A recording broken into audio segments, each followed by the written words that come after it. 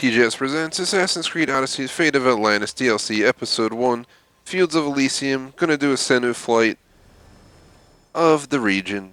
Basically a little tiny tour of this beautiful map of Elysium. We're gonna fly north to south. Right now, we are up in the northern region, up in Asphodel Fields. My goal is to take Senu and kind of just fly south down the map and just kind of look around, checking everything out. Maybe we'll do a little bit of a, clockwise if it goes faster than I expected. But here we go. Here is the map. It's honestly a really cool map. It's completely surrounded by waterfalls. Don't go chasing waterfalls. Then you better not go to Elysium, that's for sure.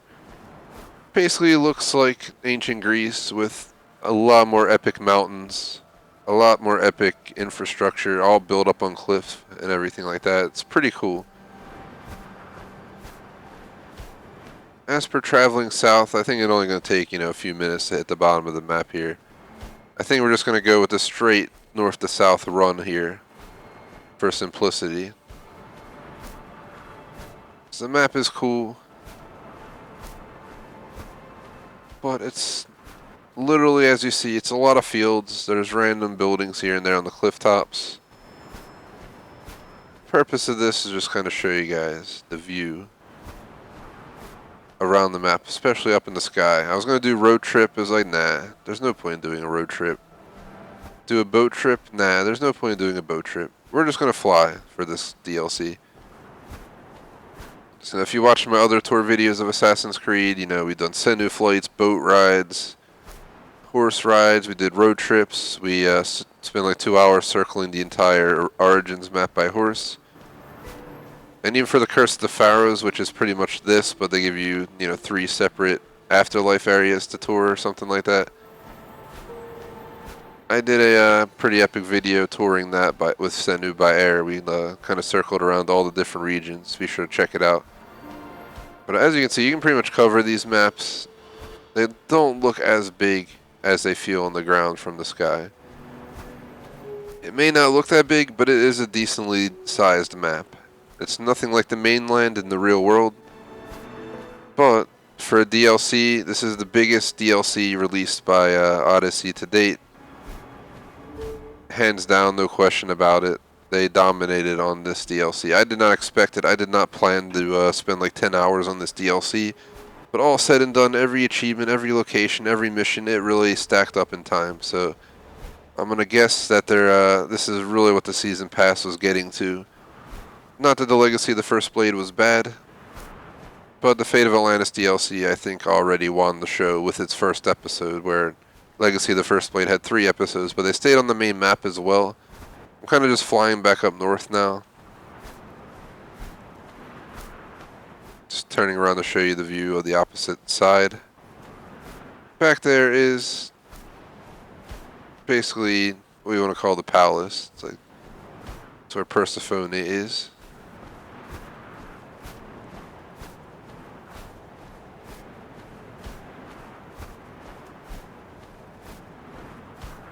That's where you travel in and out of this realm at the heart of Elysium. Then you got the wing portals. They're pretty cool. You just basically run into it and it brings you up top. And then vice versa. If you go to the one up top, it'll bring you down like an elevator. But a little bit more advanced. I say let's make it back to there, and that should suffice for what we're trying to cover here in this video. It's a short video, straight to the point, just showcasing what the land looks like in Elysium, showcasing what it has to offer.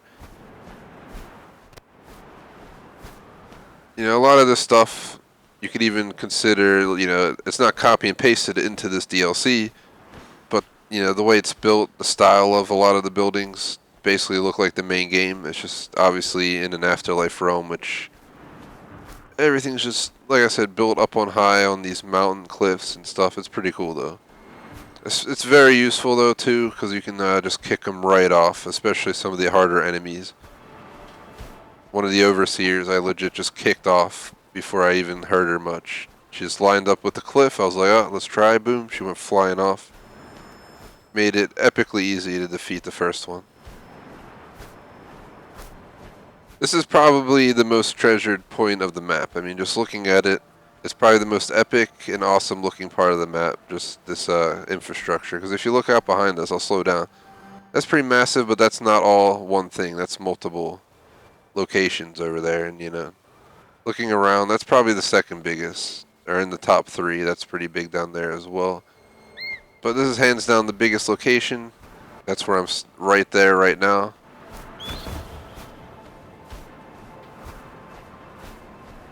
I'm gonna fly by myself real quick. You see me there?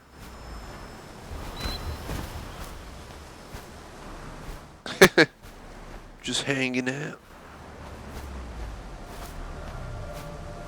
And as you can tell, it's just a big ass location. Hence the queen is here up in that building right there. You can just tell by the way it looks. It looks absolutely awesome though.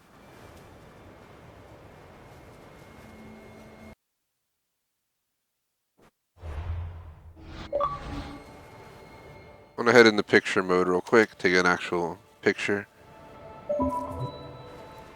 Because it's just awesome looking, the way just everything comes together is really cool. And obviously there's the wings right there to go up and down. And that is that. I mean, there's not much else to show you guys. I'm just flying down low here. There's one of the maiden statue tributes. They're really nothing special. There's an old school bridge. There's all these pillars everywhere, which look like they're advanced technology.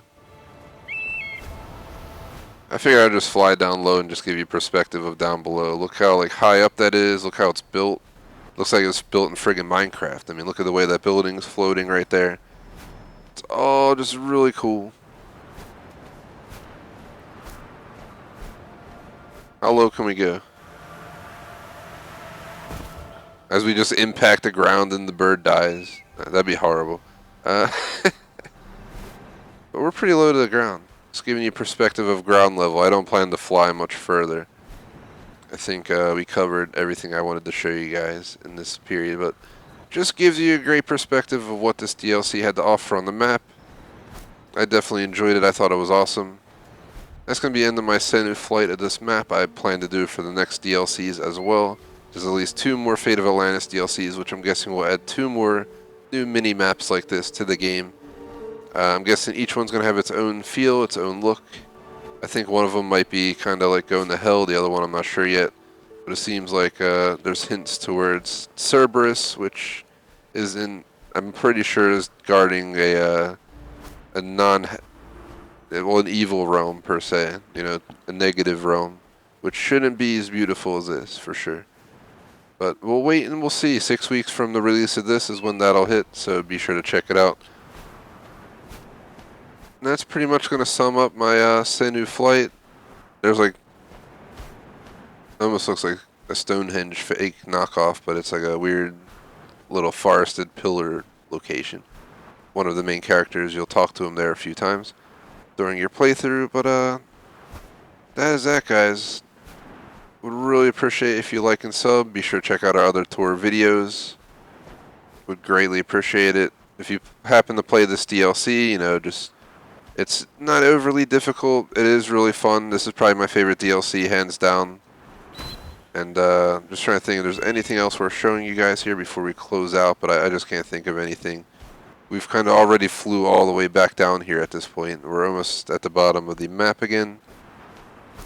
But yeah, that's that. If you try to do this, I suspect it'll take you up to 10 hours to do the full DLC, 100% completion, all locations, all missions and all. And I'll say that I recommend getting the DLC if you're on the line to get it. This map in itself is really cool. It's kind of lacking in a sense, you know, there's deer, giant deer and stuff like that, but, you know, it's not like you're going to go out hunting for fun. Keep that in the mainland. This is more so just for the epic vibes of the Afterlife realm here, pretty much. Would appreciate if you like and sub.